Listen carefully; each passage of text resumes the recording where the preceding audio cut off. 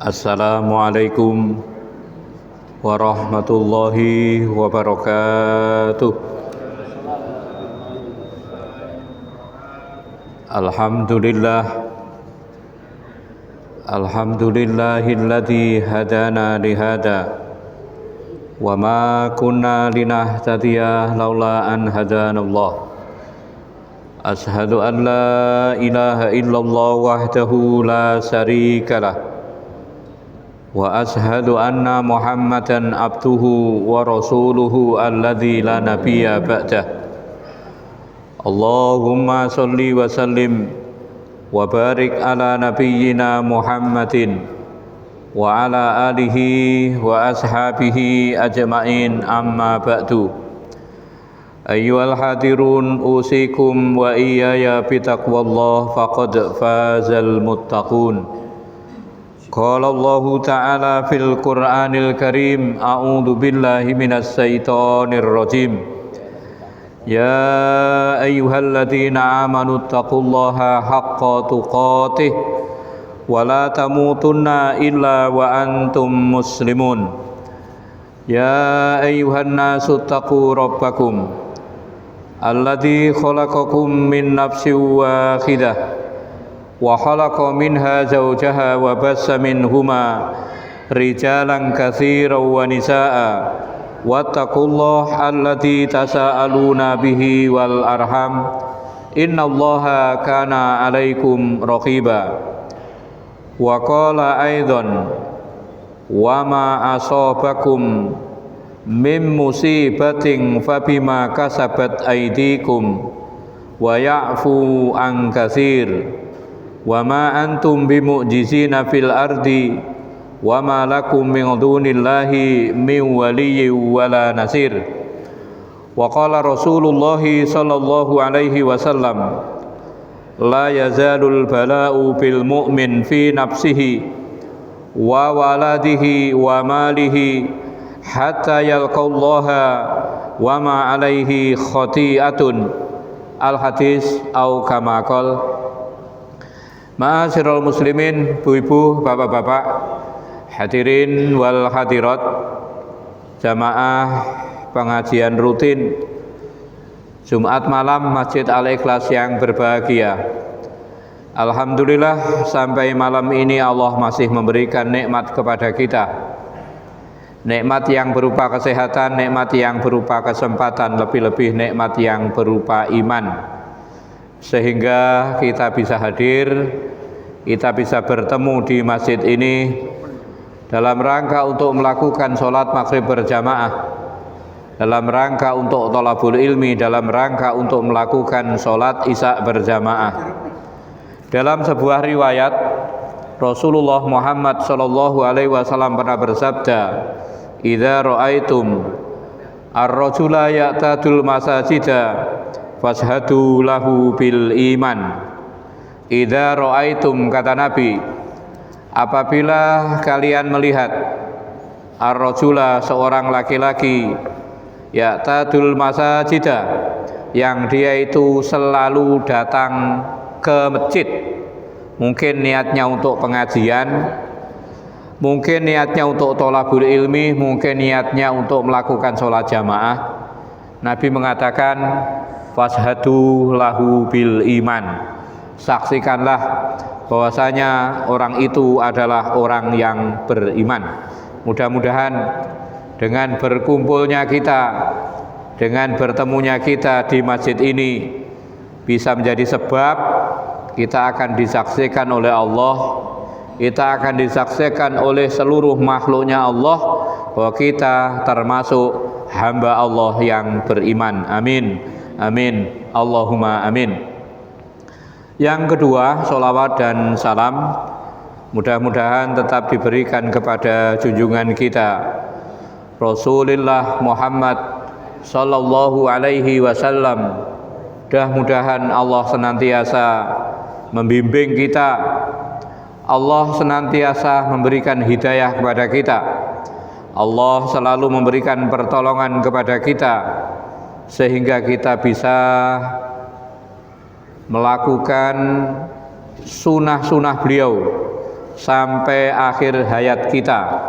Harapan kita mudah-mudahan kita semua besok di hari kiamat digolongkan dalam kelompok orang-orang yang mendapatkan syafaatnya. Amin, amin, Allahumma amin.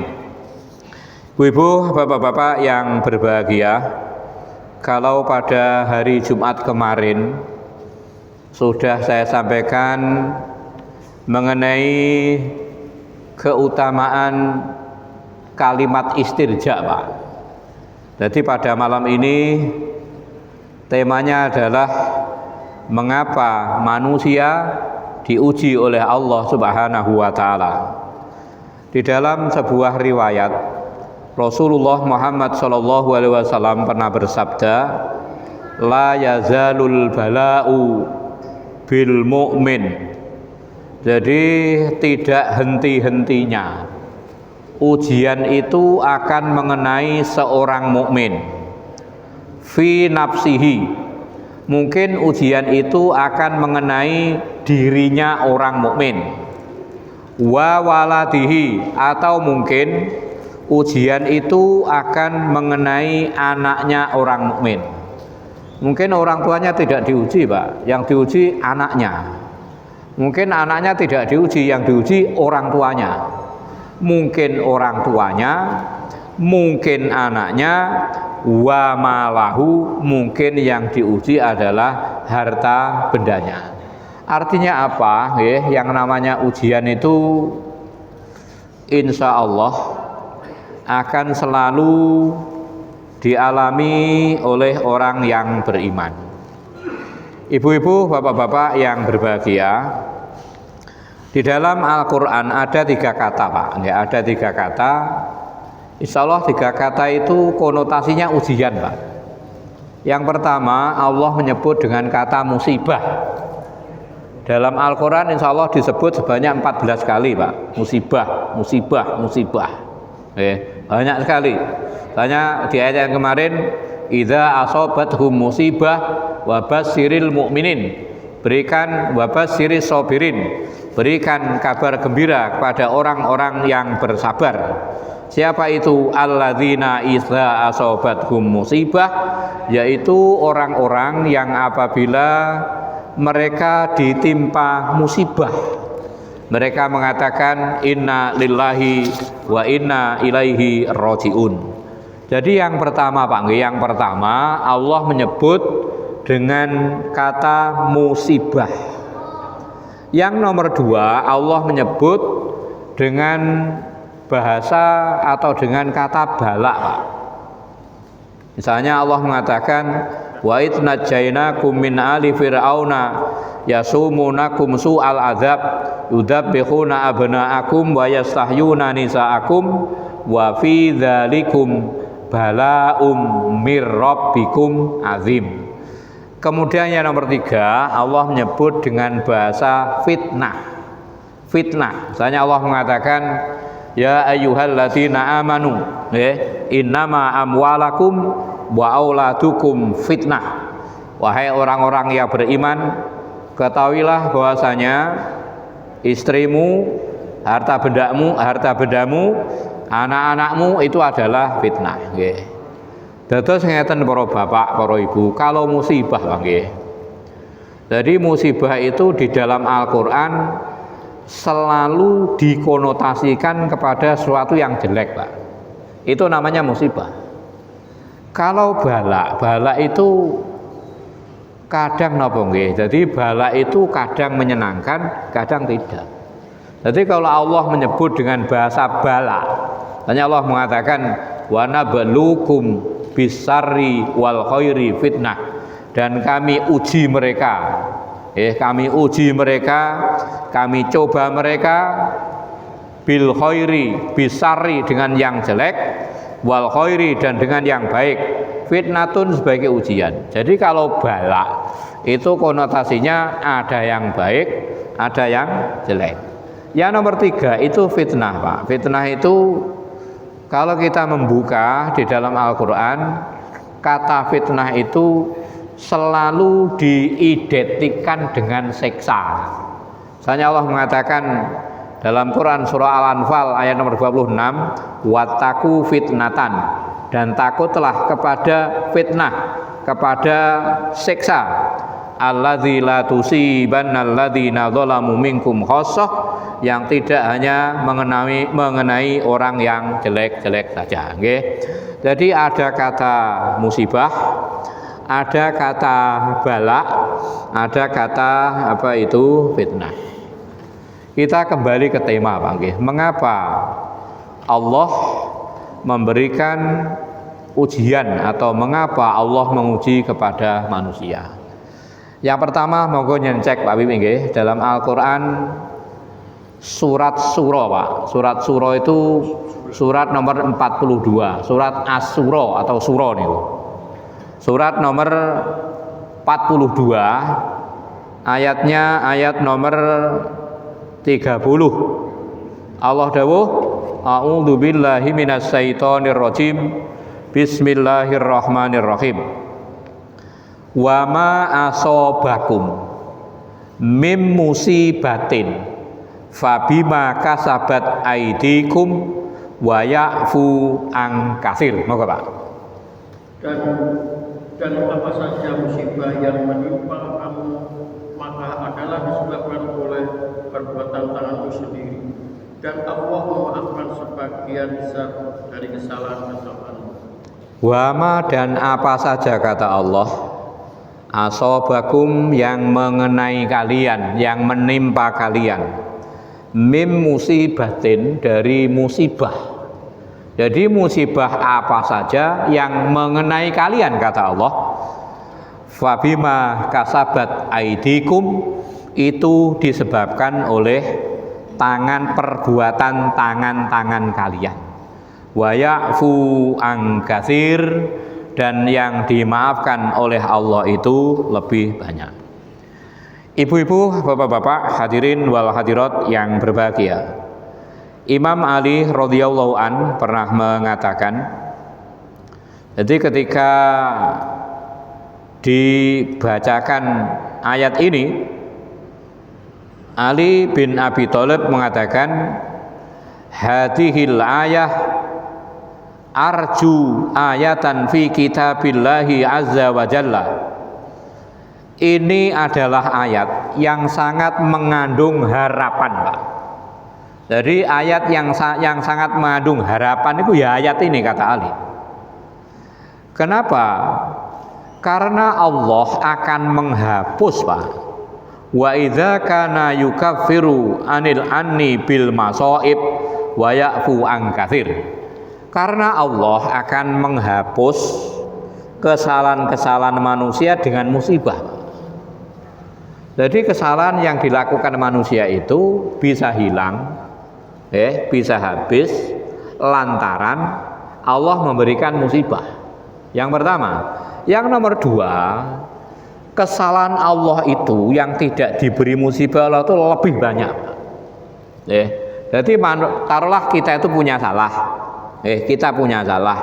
Dengan Allah memberikan musibah pada kita, maka kesalahan yang pernah kita lakukan itu gugur, Pak. Artinya dosanya gugur di hadapan Allah Subhanahu wa taala.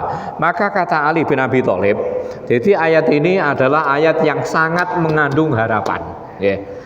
Bapak-bapak yang berbahagia, kemudian Ali bin Abi Thalib mengatakan, ala ukhbirukum bi afdhali ayatin fi kitabillahi haddatsana biha an-nabiyyu sallallahu alaihi wasallam. Kata Ali, maukah kamu aku beritahu tentang ayat yang paling utama, Pak? Ayat yang paling utama dari kitab Allah yang pernah dikabarkan Nabi kepadaku, kata Ali. Dan Ali membacakan, wa ma asobakum mim musibatin wa bima kasabat aidikum. Apa saja musibah yang mengenai kalian semua, maka itu disebabkan nopo, karena perbuatan tangan-tangan kalian semua. Ibu-ibu, bapak-bapak, hadirin wal hadirat yang berbahagia. Kemudian Imam Al-Hasan ketika menjelaskan ayat ini, Beliau menyisipkan hadis Rasul, nggih. Wa qala Al-Hasanu lamma nazalat hadhil ayah. Imam Al-Hasan mengatakan ketika turun ayat ini, Pak. Qala Nabi sallallahu alaihi wasallam, Nabi bersabda, "Ma min ikhtilai irkin." Tidak ada urat yang terkilir, Pak. Wala qadasi udin. Tidak ada kulit yang lecet karena terkena kayu.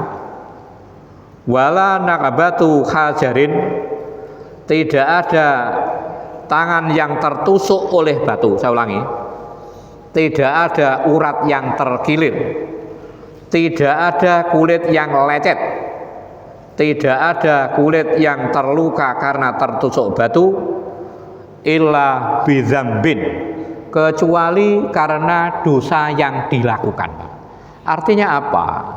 Jadi nopo mawon nggih, apa saja kejelekan yang menimpa kita kalau nurut ayat ini, itu sebabnya apa? Karena perbuatan dosa yang pernah kita lakukan. Wa ya'fu an katsir, tapi yang dimaafkan oleh Allah itu lebih banyak, Pak. Ibu-ibu, bapak-bapak, hadirin wal hadirat yang berbahagia. Kemudian ada riwayat yang lain, Pak. Ini ditulis oleh siapa? Oleh Imam Ibnu Katsir. Walladzi nafsi Muhammadin biyadih, demi zat yang jiwa Muhammad, yang jiwaku berada di tangannya. Demi zat yang jiwa Muhammad berada di tangannya. Mamin khotsi udin, tidak ada sesuatu yang lecet karena kayu. Wala ikhtilaji irkin, tidak ada pula terkilirnya urat. Wala asroti kodamin, tiada pula tersandungnya telapak kaki. Kaki, telapak kaki yang tersandung niku. Illa bidzambin, kecuali karena dosa yang ia lakukan. Wa ma ya'fullaha anhu aktsar, tapi yang dimaafkan oleh Allah itu lebih banyak, Pak. Ibu-ibu, bapak-bapak, hadirin wal hadirat yang berbahagia.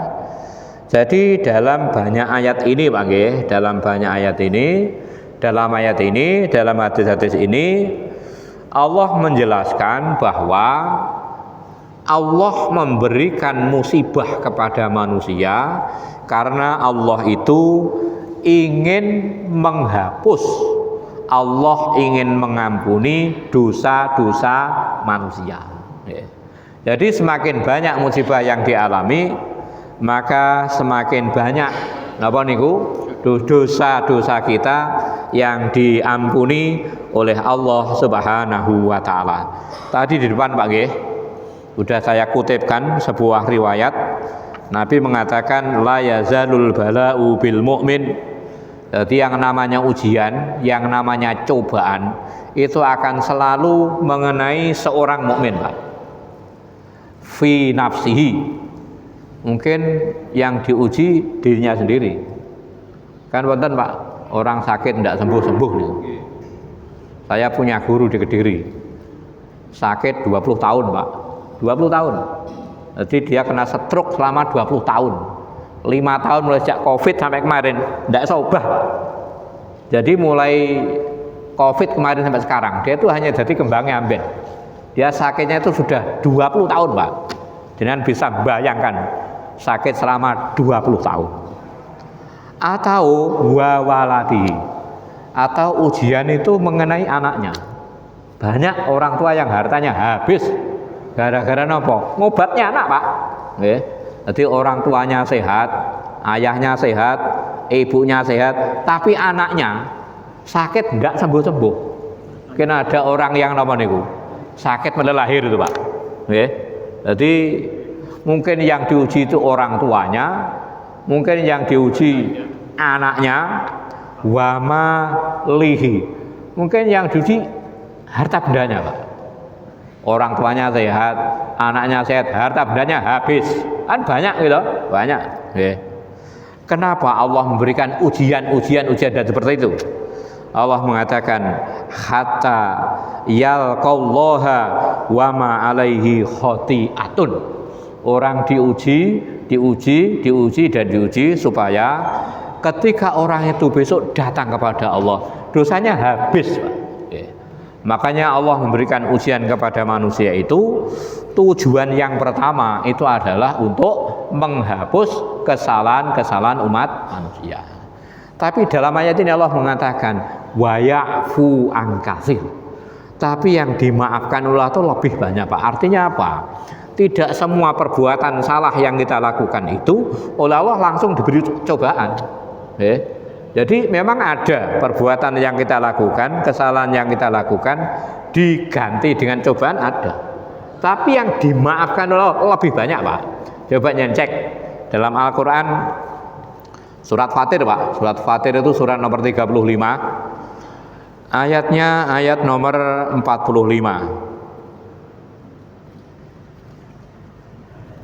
A'udzubillahi minasyaitonirrajim. Bismillahirrahmanirrahim. Walau yu'akhidullahu nasa bima kasabu ma taroka ala dhahriha min dzabatin. Moga, Pak. 5. Surat 35 ayat nomor 45. Dan kalau sekiranya Allah menyiksa manusia disebabkan usahanya, niscaya dia tidak akan meninggalkan di atas permukaan bumi suatu makhluk yang malah takut. Akan tetapi Allah menangguhkan penyiksaan mereka sampai waktu yang tertentu. Maka apabila datang ajal mereka, maka sesungguhnya Allah adalah Maha melihat keadaan hamba-hambanya. Dan sekiranya Allah menyiksa manusia lantaran kesalahannya, Pak. Artinya misalnya setiap orang bersalah siksa, orang bersalah disiksa, ma taroka ala dhahriha min ghadabah, maka di dunia itu tidak akan ada binatang melata barang sedikit pun, Pak. Artinya apa? Kalau misalnya Allah itu tego, katanya orang Jawa, tanya Allah itu mentalan, Pak. Kalau ngomong mentalan jangan ngertos, Pak. Misalnya Allah itu nopo pendendam. Ketika orang itu salah langsung disiksa. Orang salah langsung disiksa. Dunia udah enek uang, Pak. Habis, Pak. Makanya kesalahan manusia itu ada yang diganti dengan azab oleh Allah, ada yang diganti dengan musibah. Tapi kesalahan manusia itu yang dimaafkan oleh Allah jumlahnya jauh lebih banyak. Itu yang pertama, ya. Jadi Allah memberikan ujian kepada manusia, memberikan cobaan kepada manusia supaya dosa-dosa manusia itu bisa terhapuskan. Itu yang pertama. Yang nomor dua, ya, Allah memberikan ujian itu tujuannya adalah untuk mengangkat derajat manusia, Pak. Saya ulangi, Allah memberikan ujian itu, Allah memberikan musibah itu, tujuannya adalah untuk mengangkat derajat manusia tersebut. Imam Al-Qurtubi di dalam tafsirnya, jilid pinten nih, jilid 15-16, halaman nomor 30. Beliau mengatakan ketika menjelaskan tentang masalah ini, Imam Al-Qurtubi mengangkat sebuah riwayat, waruwiya anna rajulan qala li Musa. Pada suatu ketika ada seorang laki-laki yang bertanya kepada Nabi Musa, ya Musa, salillaha li fi hajatin yaqdiha li huwa a'lamu. Ya Allah, ya Nabi Musa, mintakan kepada Allah supaya Allah itu memenuhi hajatku, supaya Allah itu memenuhi permintaanku. Sementara Allah mau tahu sebetulnya. Wa fa'ala dzalika, karena dimintai tolong, Nabi Musa pun meminta, Pak. Jadi meminta apa yang menjadi, meminta kepada Allah apa yang menjadi keinginan orang tersebut. Falamma nazala, maka ketika Nabi Musa kembali kepada orang itu, idwa birrajuli qad muzziqa as-sab'a lahmuhu wa qatala. Ketika Nabi Musa kembali, Pak, orang itu dicabik-cabik binatang buas, Pak. Dia dicabik-cabik binatang buas dan orang itu meninggal. Wa qala Musa, faqala Musa. Nabi Musa bertanya, ma bala hadza ya Rabbi. Ya Allah, mengapa orang ini bisa seperti ini? Jadi dia sebelumnya minta tolong kepada Nabi Musa supaya Nabi Musa berdoa kepada Allah atas keperluannya. Ketika Nabi Musa kembali, Nabi Musa mendapati orang itu dagingnya, Pak, itu dicabik-cabik oleh binatang buas dan orang itu mati. Maka Nabi Musa bertanya kepada Allah, ya Allah, mengapa bisa terjadi seperti ini? Faqala Allahu tabaraka wa ta'ala, maka Allah yang Maha memberi berkah, Allah yang Maha tinggi itu berkata kepada Nabi Musa, berfirman kepada Nabi Musa, ya Musa, innahu sa'alani darajatan. Hai Musa, ketahuilah bahwasanya orang itu telah meminta suatu derajat, Pak.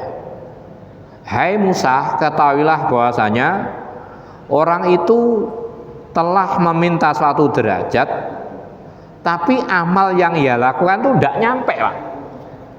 Amal yang ia lakukan tidak bisa menuju, tidak bisa sampai kepada derajat yang ia inginkan. Maka akhirnya untuk bisa sampai kepada derajat yang ia minta itu, orang itu diuji oleh Allah Subhanahu wa ta'ala dengan jalan apa? Tubuhnya, dagingnya dicabik-cabik oleh binatang buas. Jadi Allah memberikan ujian yang nomor 2, tujuannya adalah karena Allah itu ingin mengangkat derajat manusia. Ibu-ibu, bapak-bapak yang berbahagia, dalam riwayat yang lain, tapi intinya hampir sama, Pak. Jadi intinya hampir sama. An Aisyah qalat qala Rasulullah sallallahu alaihi wasallam. Dari Ibu Aisyah, dia berkata, telah bersabda Rasulullah Muhammad sallallahu alaihi wasallam, idza kasurat dzunubul abdi, apabila manusia itu dosanya banyak, Pak. Apabila manusia itu dosanya banyak, walam yakul lahu ma yukaffiruha, tapi dosanya banyak dengan apa nggih? Dosanya banyak, walam yakun lahu ma yukaffiruha, jadi tidak ada amalan yang bisa menyebabkan orang itu dosanya diampuni. Ibtalahullahu bil hazani, maka orang itu diuji dengan yang namanya rasa khawatir. Jadi Allah memberikan ujian yang nomor 2 karena Allah ingin mengangkat derajat orang tersebut. Itu yang nomor 2. Yang nomor 3, Pak nggih. Kenapa Allah memberikan ujian kepada manusia? Karena Allah menginginkan orang itu kembali kepada kebenaran. Ulangi. Allah menginginkan orang itu kembali kepada kebenaran atau kebaikan. Coba nyecek Pak nggih. Dalam Al-Qur'an surah Fussilat. Surat Fussilat itu surat nomor apa niku? 41. Surat nomor 41, ayatnya ayat nomor 51, Pak. Surat 41 ayat nomor 51. Monggo. Wa idza an'amna 'alal insani a'rada wa na'a bijanibih. Wa idza masahu sarru fadu du'ain aridin.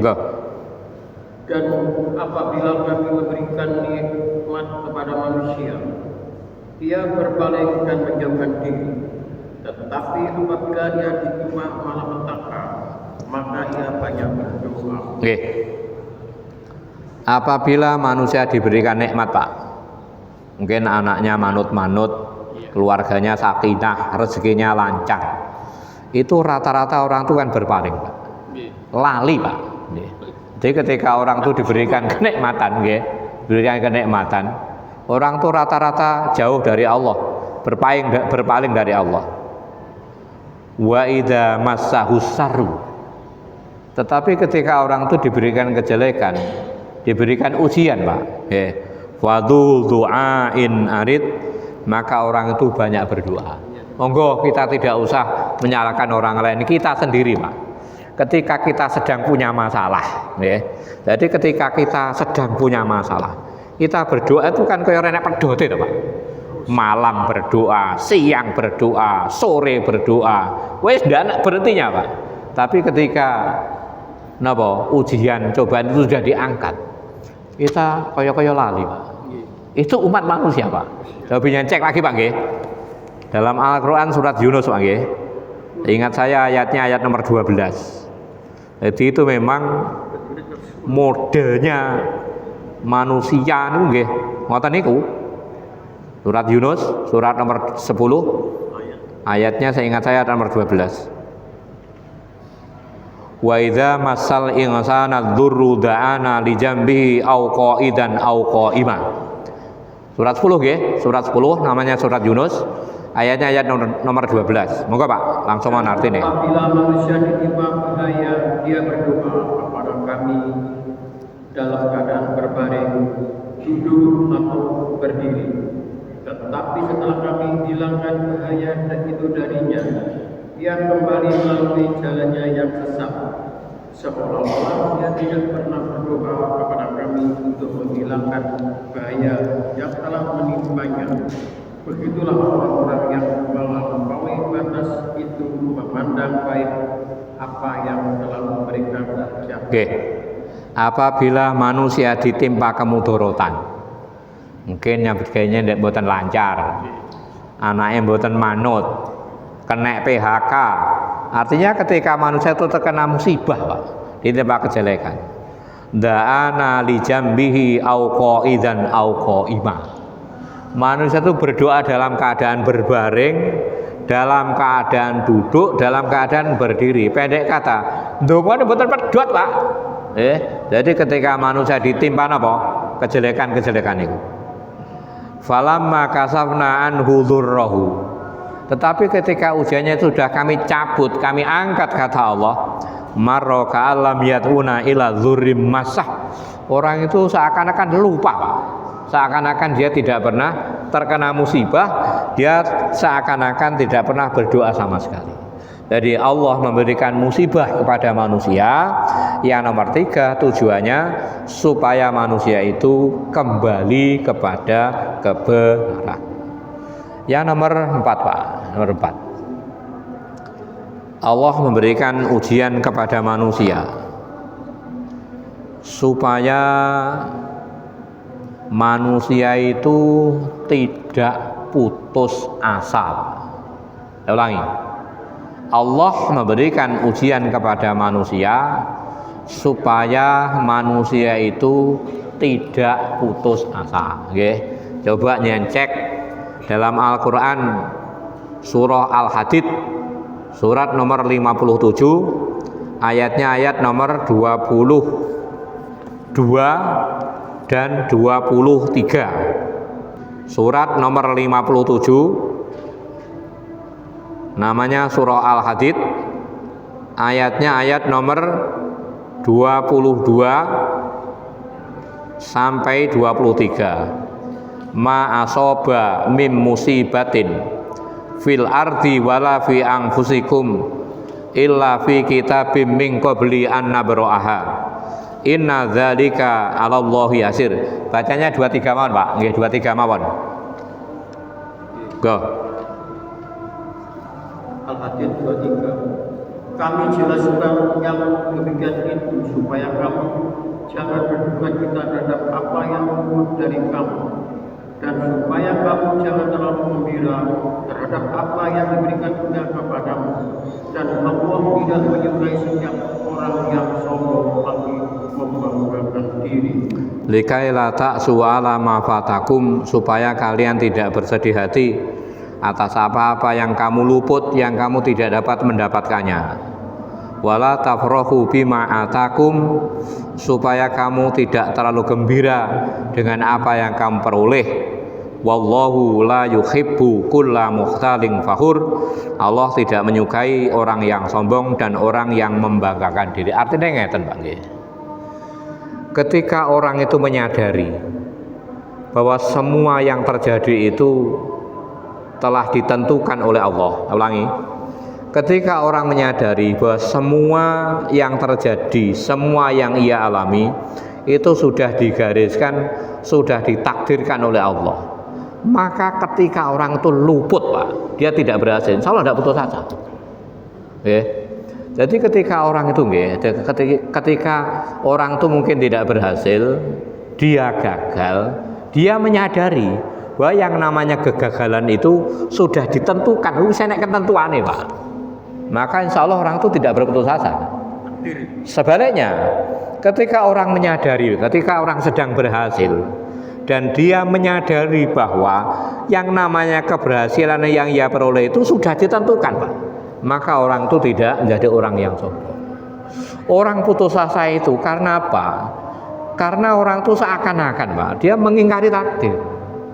Orang sombong itu dia menyadari, dia menganggap bahwa keberhasilan yang ia capai itu dari dirinya, Pak, ya. Bukan karena takdirnya oleh seperti yang disampaikan oleh Qarun, ya. Jadi ketika orang menyadari semuanya sudah ginaris kata orang Jawa, ya, semuanya sudah ditentukan, maka ketika orang itu berhasil, ya, insyaallah orang itu tidak menjadi orang yang sombong, karena keberhasilan yang ia capai itu tidak semata-mata karena usahanya, tapi itu karena takdir dari Allah Subhanahu wa taala. Sebaliknya, ketika orang itu gagal, ya, ketika orang itu gagal, insyaallah dia tidak begitu menyalahkan dirinya sendiri, karena kegagalan yang ia alami itu hakikatnya sudah ditentukan oleh Allah Subhanahu wa taala. Ibu-ibu, bapak-bapak yang berbahagia, kemudian yang selanjutnya, Bang, kenapa Allah memberikan ujian kepada manusia? Karena Allah ingin menguji keimanan kita, Pak. Coba cek dalam Al-Quran surah Al-Ankabut, surat nomor 29, ayatnya ayat nomor 2 dan 3. Saya ingat saya, nggih. Surat Al-Ankabut, surat nomor 29, ayat nomor 2 dan 3. Apakah manusia itu mengira bahwa mereka dibiarkan saja mengatakan, kami telah beriman, sedang mereka tidak diuji lagi? Dan sesungguhnya kami telah menguji orang-orang yang sebelum mereka, maka sesungguhnya Allah mengetahui orang-orang yang benar, dan sesungguhnya Dia mengetahui orang-orang yang dusta. Ahasiban nas, apakah manusia menyangka ayyaqulu amanna, dia akan dibiarkan mengucapkan saya telah beriman, wahum la yuftanun, sementara mereka itu belum diuji. Walaqad fatannal ladzina min qablihim, dan sungguh telah diuji orang-orang sebelum kamu. Fala ya'lamannallahu alladzina shadaqu wa la ya'lamannal kadzibin, supaya Allah bisa tahu mana orang yang imannya itu betul, mana orang yang imannya itu betul-betul beriman, dan mana orang yang imannya itu berbohong. Allah memberikan ujian kepada manusia, Allah memberikan ujian kepada manusia. Di antara tujuannya adalah karena Allah ingin mengetes, Pak. Jadi Allah ingin menguji Allah ingin mengetahui keimanan kita. Ini pada zaman Nabi Pak nggih, pernah terjadi. Allah bertanya dalam Al-Qur'an, am hasibtum an tadkhulul jannah walamma ya'tikum masalul ladzina khalau min qablikum. Apakah kamu itu menyangka, kata Allah, kamu itu akan dimasukkan ke dalam surga? Walamma ya'tikum masalul ladzina khalau min qablikum, sementara kamu itu belum diuji seperti ujian yang dialami oleh orang-orang sebelum kamu. Masadhumul ba'sa, mereka ditimpa kemiskinan. Wadharra, masadhumul ba'sa wadharra, mereka ditimpa kemiskinan, mereka ditimpa kemudorotan. Wazulzilu, mereka ditimpa kegoncangan Pak. Hatta yaqular rasul, sampai Rasul dan orang-orang yang beriman mengatakan, mata nasrullah, kapan datangnya pertolongan Allah? Dan Allah mengatakan, ala inna nasrallahi qarib, ketahuilah bahwasanya pertolongan Allah itu amat sangatlah dekat. Allah memberikan ujian kepada manusia. Yang pertama, karena Allah ingin menghapus dosa-dosa manusia. Allah memberikan ujian kepada manusia karena Allah ingin mengangkat derajat manusia. Allah memberikan ujian kepada manusia karena Allah menginginkan manusia itu menjadi lebih baik. Allah menguji manusia karena Allah ingin agar manusia itu tidak berputus asa. Yang terakhir, Allah menguji manusia karena Allah ingin mengetahui bagaimana sebenarnya iman yang kita miliki. Mudah-mudahan kita yang berkumpul di masjid ini dikelompokkan dalam kelompok orang-orang yang bersabar ketika menghadapi ujian dari Allah Subhanahu wa taala. Di antara ujian, di antara ujian yang Allah berikan kepada manusia adalah apabila manusia itu diberi 2 anak perempuan, Pak. Dalam hadis Nabi mengatakan, hadis ini awalnya ngeten Pak nggih. Suatu ketika, suatu ketika ada seorang ibu dan 2 anaknya itu datang kepada Ibu Aisyah meminta sesuatu. Ketika itu Ibu Aisyah tidak punya apa-apa Pak, punyanya cuma 1 butir kurma Pak. Saya jenengan punya makanan cuma satu Pak, ada orang meminta, jenengan kasihkan mboten Pak? Pak de mboten, nggih. Aisyah punya 1 butir kurma Pak. Ada seorang ibu dengan 2 anaknya meminta sesuatu, dikasihkan Pak, dikasihkan.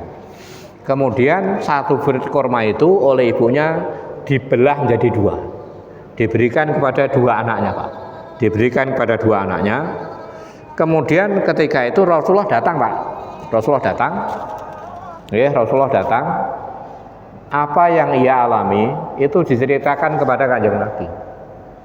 Akhirnya Nabi bersabda, Pak nggih, Nabi bersabda, "Mani betala minal banat bisaiin." Barang siapa yang oleh Allah diuji dengan mempunyai 2 anak perempuan, Pak. Anak kula wong setunggal ya, Pak. Barang siapa yang diuji dengan mempunyai 2 anak perempuan, wa ahsana ilaihinna, kemudian orang itu bisa mendidik dengan baik. Riwayat yang lain, orang itu bisa mendidik sampai 2 anak itu jadi dewasa. Nabi mengatakan, kunna sataron minanar, maka 2 anak perempuannya itu bisa menjadi dinding, bisa menjadi pelinding, bisa menjadi pelindung, bisa menjadi tabir dari api neraka. Orang yang punya 2 anak perempuan kemudian dididik dengan baik sampai dewasa Pak, maka 2 anak perempuannya itu bisa menjadi tabir, bisa menjadi tameng, bisa menjadi pelindung orang itu dari neraka. Pertanyaannya, kenapa yang disebut perempuan Pak? Jenengan ngertos piyambak nggih. Salam ngatur Pak nggih. Yang bisa saya sampaikan pada malam ini, mudah-mudahan yang saya sampaikan ada guna dan faedahnya. Apabila ada benarnya datanya dari Allah. Enggak. Dengan ayat terakhir yang disampaikan tadi. Nggih. kita kias dengan ayat itu apakah bisa tidak hanya 2 anak perempuan tapi semua anak? Abon. Ya bisa, artinya bisa membentengi orang. Abon. Oke. Oke. Kalau yang anak laki-laki itu hadisnya gini Bang. Jadi Nabi mengatakan itu ada dalam kitab Riyadhus Shalihin. Barang siapa yang punya 3 anak laki-laki, kemudian mati sebelum balik, maka anaknya itu akan jadi tameng dari neraka. Kemudian sahabat bertanya, ya Rasulullah, bagaimana kalau 2? Artinya yang mati itu anaknya bukan 3 tapi 2. Nabi mengatakan termasuk 2. Jadi orang yang punya anak 2 mati sebelum balik, itu ada tameng dari neraka. Orang itu tanya lagi, ya Rasulullah, bagaimana kalau cuma 1? Anaknya yang mati belum balik itu cuma 1. Nabi mengatakan termasuk 1, Pak. Kemudian kalau anak laki-laki itu tidak mati sebelum balik, artinya anak itu kita didik sampai dewasa, ngeten mawon. Mendidik anak laki-laki dengan mendidik anak perempuan itu insya Allah abot anak perempuan, Pak. Hadis ini, Pak, hadis ini kalau jenengan baca dalam kitab tafsir itu dihubungkan orang-orang dulu itu, Pak, orang-orang dulu itu kalau punya anak perempuan malu, Pak. Mungkin jenengan sakit ngecek dalam Al-Quran surat An-Nahl, Pak Nianti ngali Quran surat An-Nahl surat nomor 16 ayat nomor 58-59. Jadi orang dulu itu kalau punya anak perempuan itu malu. Makanya kalau orang dulu itu punya anak perempuan itu ada 2 kemungkinan. Mungkin anaknya itu disembunyikan supaya orang lain tidak tahu. Ya nomor 2 mungkin dibunuh. Jadi untuk menutup rasa malunya itu ada 2 kemungkinan. Yang pertama anaknya disembunyikan supaya orang lain tidak tahu. Yang nomor 2, anak itu dibunuh hidup-hidup. Makanya Nabi memberi penghormatan, Pak. Orang yang punya anak perempuan kemudian anak itu dididik sampai dewasa, maka anak itu bisa menjadi pelindung buat orang tuanya dari api neraka. Kemudian kalau anak laki-laki gimana? Walau alam bisa apa? Insyaallah. Tenang nggih. Go. Abon. Jadi ngeten mangke. Kalau orang itu diberikan yang enak dan yang enak, sementara orang itu bermaksiat, Bang. Itu dalam Al-Quran itu bahasanya istijroj, Pak. Istijroj itu kalau dalam bahasa Jawa orang itu dilulu, Pak. Dilulu, napa dilulu bahasa Indonesia. Kemudian orang yang seperti itu, konsekuensinya bagaimana? Memang ada sebuah ayat, Bang. Jadi ini insya Allah ada dalam Quran surah Ali Imran. Janganlah, saya lupa ayatnya, artinya ngeten. Janganlah mengira orang yang melakukan kesalahan kemudian rezekinya itu ditambah, Pak. Janganlah mereka itu mengira itu baik buat mereka. Innama numli lahum liyasdadu isma, ini. Allah menangguhkan mereka, dia berbuat salah tapi rezekinya lancar. Mboten ate teng masjid rezekine lancar, Pak. Allah menjadikan orang seperti itu. Hakikatnya, Pak, Allah itu ingin mengazab. Allah ingin menambah siksaan buat orang itu. Jadi kalau orang tidak taat, orang tidak berbuat kebaikan, tapi rezekinya malah lancar, itu namanya istijroj, Pak. Kata orang Jawa dilulu. Saya ngeten nggih. Kita punya anak, dituturi mboten kenek, dijane Pak kono-kono. Jadi ketika Allah itu manusia itu kasarannya dituturi mboten saged, Pak. Maka orang itu dijarne, dibiarkan oleh Allah. Dibiarkan bukan berarti orang itu akan bebas hukum, mboten.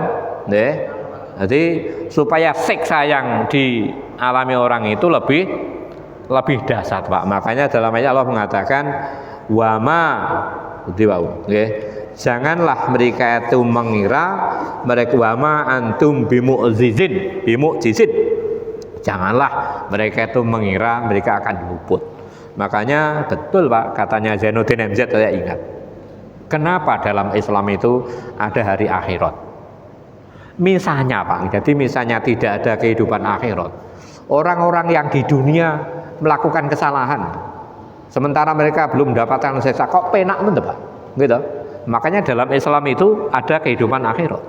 Kan tidak sedikit orang yang melakukan kebaikan, tapi kebaikannya ketika di dunia belum terbalas Pak. Atau sebaliknya, banyak orang yang melakukan kejelekan, tapi kejelekan yang mereka alami itu di dunia belum mendapatkan balasan. Benjing balasannya Pak. Termasuk jenator ini itu. Wis orang itu napa? Orang itu salah, tidak beribadah, tapi rezekinya lancar. Jangan mengira itu sudah benjing walanya sosok. Makanya ada seorang sahabat yang namanya Abdurrahman bin Auf. Abdurrahman bin Auf itu sahabat yang sangat kaya Pak. Abdurrahman bin Auf itu sahabat yang sangat kaya. Buktinya kalau dia kaya. Jadi veteran perang Badar yang jumlahnya 500 orang tuh Pak. Itu hidupnya yang nanggung Abdurrahman bin Auf Pak. Sanggup Pak Eko. Uang 500 Pak. Jadi 500 orang ditanggung selamanya Pak, seumur hidup. Sugih Abdurrahman bin Auf ini. Dia mengatakan, saya takut kalau semua nikmat Allah diberikan kepadaku ketika aku di dunia, aku takut jangan-jangan besok di akhirat aku tidak mendapatkan nikmat sama sekali. Beda dengan kita Pak nggih. Tolong ketemu nggih. Mungkin mengatakan pun jam 7 disambung pada pertemuan yang akan datang. Apabila ada benarnya datangnya dari Allah, apabila ada salahnya datangnya dari saya sendiri.